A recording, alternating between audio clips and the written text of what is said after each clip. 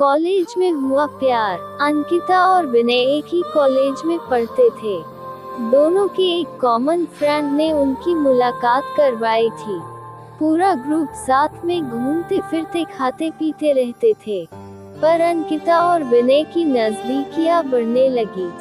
देखते ही देखते उनको एक दूसरे से प्यार हो गया। अब वह दोनों अकेले वक्त बिताने लगे। भाग में घूमना, साथ में मूवी देखने जाना, साथ में पढ़ना, वह हर चीज एक साथ ही करते थे। देखते ही देखते कॉलेज खत्म हो गया और उनका मिलना भी कम हो गया। एक बार अंकिता और विनय दोनों एक समुद्र किनारे बैठे थे। अंकिता ने विनय से कहा, अब तो हमारी कॉलेज भी खत्म हो गई है, अब हम एक दूसरे के साथ वक्त कैसे बिताएंगे, और अब जल्द ही मेरे घर वाले मेरी शादी करवा देंगे। विनय ने उसका हाथ पकड़ते हुए कहा कि अंकिता, तुम चिंता मत करो, मैंने 1-2 कंपनी में अप्लाई कर दिया है, बस कुछ ही दिनों में मैं अच्छी नौकरी पर लग जाऊंगा, फिर हम अपने अपने घर में बता देंगे। 2 हफ्ते बाद ही विनय को अच्छी कंपनी में नौकरी मिल गई। जैसे कि उन्होंने तय किया था, उन्होंने अपने अपने घर पे बता दिया। विनय की माँ तो मान गई, पर उसके पिताजी नहीं मान रहे थे। और यहाँ अंकिता के घर वालों ने तो साफ साफ इनकार ही कर दिया था। वह दोनों बहुत परेशान होने लगे कि अब क्या होगा, कैसे वह अपने घर वालों को मनाएंगे। बहुत दिन हो गए, दोनों का एक दूसरे से बात करना भी कम हो गया था, क्योंकि अंकिता के घर वालों ने उसका फोन ले लिया था और उसके लिए रिश्ता ढूंढ रहे थे। वह कभी कभी अपनी सहेली के घर जाती, तभी विनय को फोन कर पाती थी और बस हमेशा यही कहती कि विनय, तुम जल्दी ही कुछ करो वरना मेरी शादी हो जाएगी, मैं तुमसे बहुत प्यार करती हूँ, तुम्हारे बिना नहीं रह पाऊंगी।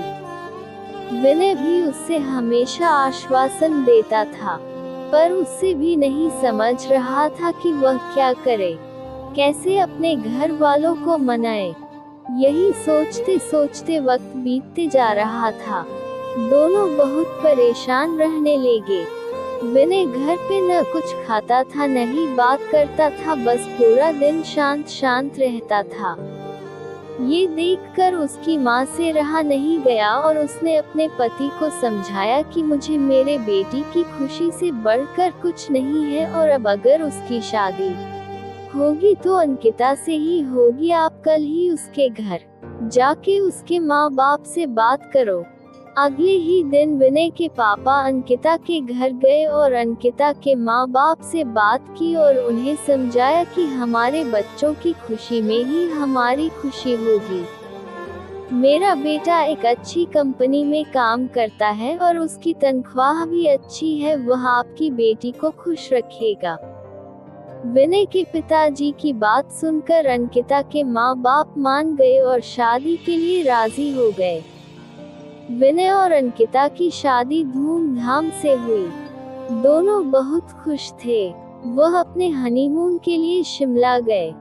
हनीमून से लौटते ही विनय अपने काम पे लग गया। दोनों की जिंदगी हंसी खुशी बीत रही थी। उनकी शादी को अब 2 साल होने वाले थे, पर उन्हें अभी तक बच्चा नहीं हुआ था। घर वाले, रिश्तेदार, सब लोग अंकिता से हमेशा यही सवाल पूछते थे कि खुशखबरी कभी दे रही हो, पर वह हमेशा मुस्कुराकर बात टाल देती थी। विनय और अंकिता भी बच्चा चाहते थे, पर उन्हें हो नहीं रहा था।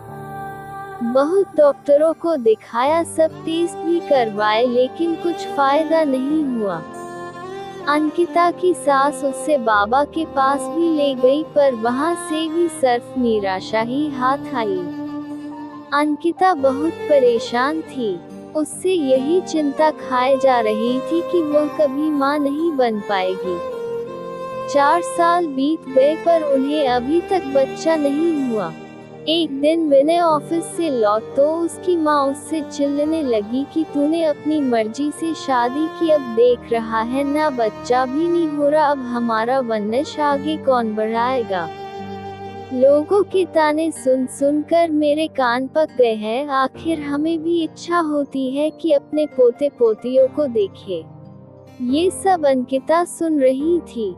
विनय ने अपनी माँ को समझाया कि जरूरी नहीं कि आपकी बाहू में ही कुछ कमी हो, मुझ में भी तो हो सकती है, आप शांत हो जाइए। जैसे तैसे उसने अपनी माँ को चुप करवाया और अपने रूम में चले गया जहाँ अंकिता वहाँ बहुत रो रही थी।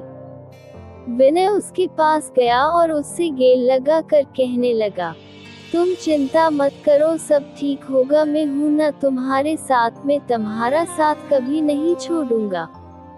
और माँ की बात का बुरा मत मानो, वो ऐसे ही कहते है, गुस्से में जाने दो, खाना लगा दो, हम साथ में खाते हैं। अंकिता थोड़ा शांत हुई और खाना लेकर आई। दोनों ने साथ में खाना खाया और सोने लगी। पूरी रात अंकिता यही सोचती रही कि कैसी औरत हूँ मैं जो अपने पति को बच्चा भी नहीं दे पा रही, अपना वंश को आगे नहीं बढ़ा पा रही, कितनी बदनसीब हूँ मैं। वह पूरी रात नहीं सोए और बस रोए जा रही थी। सुबह हुई, सब अपने अपने काम में लग गए। विनय भी ऑफिस के लिए निकल गया, अंकिता भी अपना काम करने लगी, पर उसके दिमाग में वही रात वाली बात चल रही थी। पूरा दिन यही सोचती रही। रात को जब विनय घर आया तो अंकिता ने उससे खाना दिया और वह दोनों अपने कमरे में सोने की तैयारी कर रहे थे कि तब अचानक अंकिता ने विनय से कहा कि क्यों ना हम एक बच्चा गोद ले ले, अब हमें तो बच्चा नहीं हो रहा, क्यों ना हम किसी बच्चे को गोद ले और उससे माँ बाप का सुख दे और हमें भी बच्चे का सुख मिल जाएगा। विनय ये बात सुनकर बहुत खुश हुआ। वह दोनों दूसरे ही दिन एक दत्तक ग्रहण संस्था गए और वहां पूरी बात बताई। दत्तक ग्रहण संस्था वालों ने कहा कि आप एक फॉर्म भर दीजिए, जैसे जैसे ही सब जांच पड़ताल हो जाएगी आपको फोन आ जाएगा।